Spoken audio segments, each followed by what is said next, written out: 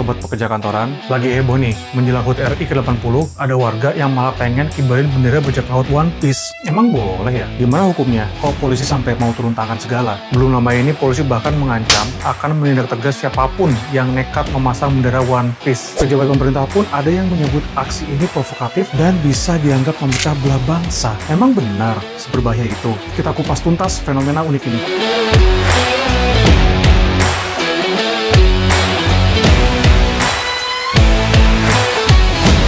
Jadi ceritanya di media sosial ramai ajakan untuk mengibarkan Jolly Roger, bendera bajak laut topi jerami dari anime One Piece, menjelang 17 Agustus tahun ini. Biasanya kan setiap 17 Agustusan kita pasang bendera merah putih ya, tapi kali ini muncul ide nyeleneh, ngibarin juga bendera bajak laut fiksi. Nih kenapa nih orang-orang kok ngikutin tren ini? Ternyata bendera One Piece punya makna mendalam dari cerita aslinya. Dalam anime One Piece, Jolly Roger, milik karakter utama yang bentuknya tengkorak bertopi jerami itu, melambangkan semangat pantang menyerah melawan kekuasaan yang korup di dunia fiksinya. Nah, banyak anak muda Indonesia yang merasa kondisi negara nggak baik-baik aja ikut terinspirasi. Mereka kecewa sama situasi politik dan pemerintahan saat ini. Jadi pakai simbol bajak laut sebagai bentuk ekspresi protes. Ibaratnya, mereka mau bilang, kami siap melawan keadilan kayak Luffy Jazz. bendera fiksi ini jadi semacam pelampiasan keresahan, simbol kritik bahwa rakyat butuh perubahan. Bahkan, fenomena ini disorot di media internasional.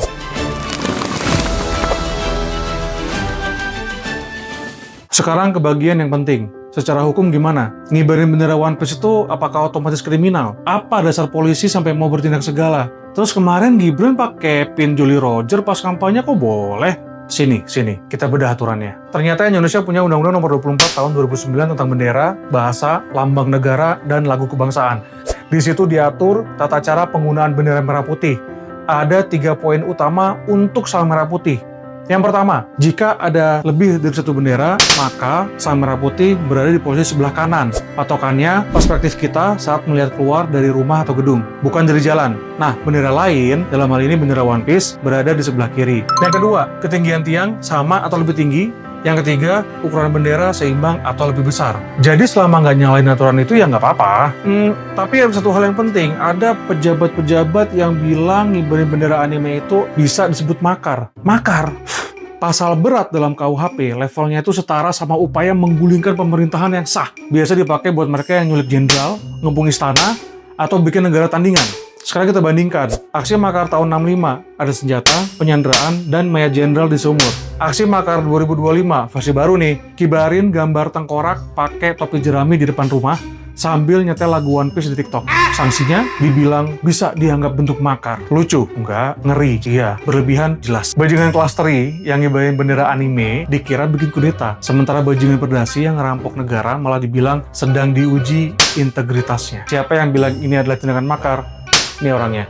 Kalau niatnya bukan makar, bukan menghina, dan posisi merah putih tetap terhormat, apa iya perlu pakai pasal berat macam makar? Lihatlah mereka semua yang ngibarin bendera merah putih. Gak ada merah putih yang di bawah bendera One Piece, atau bahkan menggantikan bendera One Piece. Kita semua masih hormat dan bangga sama sang merah putih. Bukannya negara justru makin kelihatan rapuh ya? Kalau ada bendera anime aja langsung dianggap ancaman nasional. Para ahli hukum punya pendapat yang berbeda. Muzakir, dosen hukum pidana, bilang gak ada pasal pidana yang cukup buat menjerat orang yang kibarin bendera One Piece selama syaratnya dipenuhi. Merah putih tetap terhormat sesuai aturan. Jadi selama nggak satu tiang dua bendera atau naruh bendera bajak laut lebih tinggi dari nasional, harusnya sih sah-sah aja ya sebagai ekspresi. Jadi menurut dia mestinya pemerintah nggak usah lebay lah nanggepin hal kayak gini. Ini kan bukan bener-bener mau ganti bendera negara, apalagi mau kudeta. Nah, terus kenapa sih kok polisi gercep? Karena viral. Udah itu aja. Polisi gercep hanya karena dua hal, viral dan ada duitnya. Sekarang ke poin berikutnya. Kok Wapres Gibran kemarin boleh-boleh aja pakai atribut One Piece pas kampanye, tapi giliran rakyat biasa yang kibarin bendera One Piece kok dipermasalahkan? Ini double standard nggak sih? Netizen banyak yang nyinyir nih. Sampai ada yang nge-tag akun Kapolri sambil upload foto Gibran Raka Buming pakai pin tengkorak One Piece di bajunya. Polisi, gitu loh, Wapres Gibran juga pernah pakai sama One Piece. Polisi aja negara yang kibarin bendera One Piece. Gimana tuh dengan Gibran? Ada juga yang bercanda sarkas. Berarti Gibran harus ditangkap dong, kan dia provokator awal nih pakai One Piece. Mungkin mau gulingin Prabowo. Kita sudah merangkum beberapa berita. Jadi kalau ditanya kenapa Gibran boleh pakai pin One Piece tapi rakyat kok diomelin pasang bendera One Piece, jawaban resminya konteksnya beda katanya. Yang satu atribut kecil untuk gaya kampanye, menghargai selera pop culture pemuda. Satunya lagi, aksi massa yang berpotensi dianggap menyaingi simbol negara di momen sakral. Meski di mata netizen ya tetap aja lucu. Loh, ketuanya kan malah yang pakai duluan.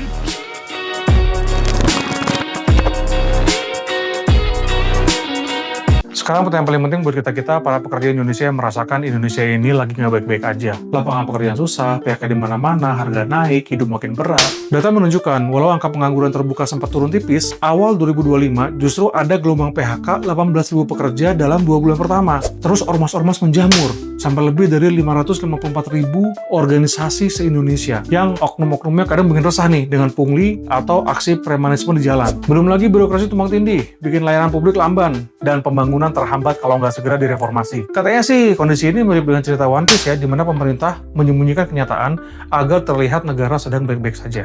Nah, gimana sebaiknya kita bersikap, guys? Tetap tenang aja dan cerdas dalam mengekspresikan pendapat. Boleh kok protes atau kritik, itu hak kita sebagai warga negara. Bahkan pakai cara kreatif pun nggak dilarang, selama nggak melanggar aturan. Kalau mau lanjut ke bendera One Piece, monggo, sana. Asalkan merah putih tetap dikibarkan paling atas dan utama. Jangan pakai satu tiang untuk 2 bendera. Apalagi ganti merah putih. Itu sih udah auto salah ya. Selama masih dalam koridor, polisi sendiri ntar bingung mau jerat pakai pasal apa. Ingat esensi momennya, kita protes karena sayang Indonesia kan. Nah, justru di bulan kemerdekaan ini, tunjukin juga rasa sayang kita dengan cara positif. Kibarkan bendera merah putih depan rumah atau kantor. Itu udah paling minimal banget yang harus kita lakukan sebagai penghormatan. Kalau mau pasang bendera Luffy, bisa bareng tanpa mengurangi hormat ke merah putih. Menteri PMK Cak Imin menyebut pengibaran bendera One Piece bisa dilihat sebagai bentuk kreativitas, asal merah putih tetap di posisi utama. Dia ingat istilah Gus Dur. Dia bilang, boleh kritis, tapi jangan lupa nasionalisme. Terakhir, salurkan energi perbaikan secara nyata. Setelah seru-seruan simbolik nih,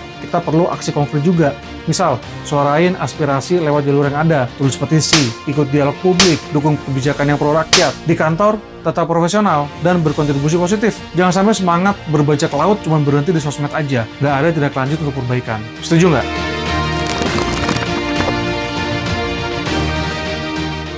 Jadi kesimpulannya, boleh aja kok ngibarin bendera One Piece sebagai bentuk ekspresi selama merah putih tetap berkibar paling megah. Jangan berhenti di simbol, tapi lanjutkan perjuangan pahlawan dengan aksi nyata di bidang kita masing-masing. Merdeka itu artinya bebas bersuara, tapi juga bertanggung jawab bersama untuk bikin Indonesia lebih baik. Tulis di kolom komentar pendapat kalian. Setuju nggak sih sama tren bendera One Piece ini? Atau jangan-jangan udah ada yang ngibarin bendera One Piece? Atau punya ide unik lain buat kritik pemerintah secara kreatif? Di-share ya, kita diskusi dengan santun. Jangan lupa like video ini kalau informatif, dan subscribe untuk konten santai tapi bermutu lainnya. Subscribe kamu, itu ngebantu gua banget. Sampai jumpa di video berikutnya, dan tetap semangat merdeka.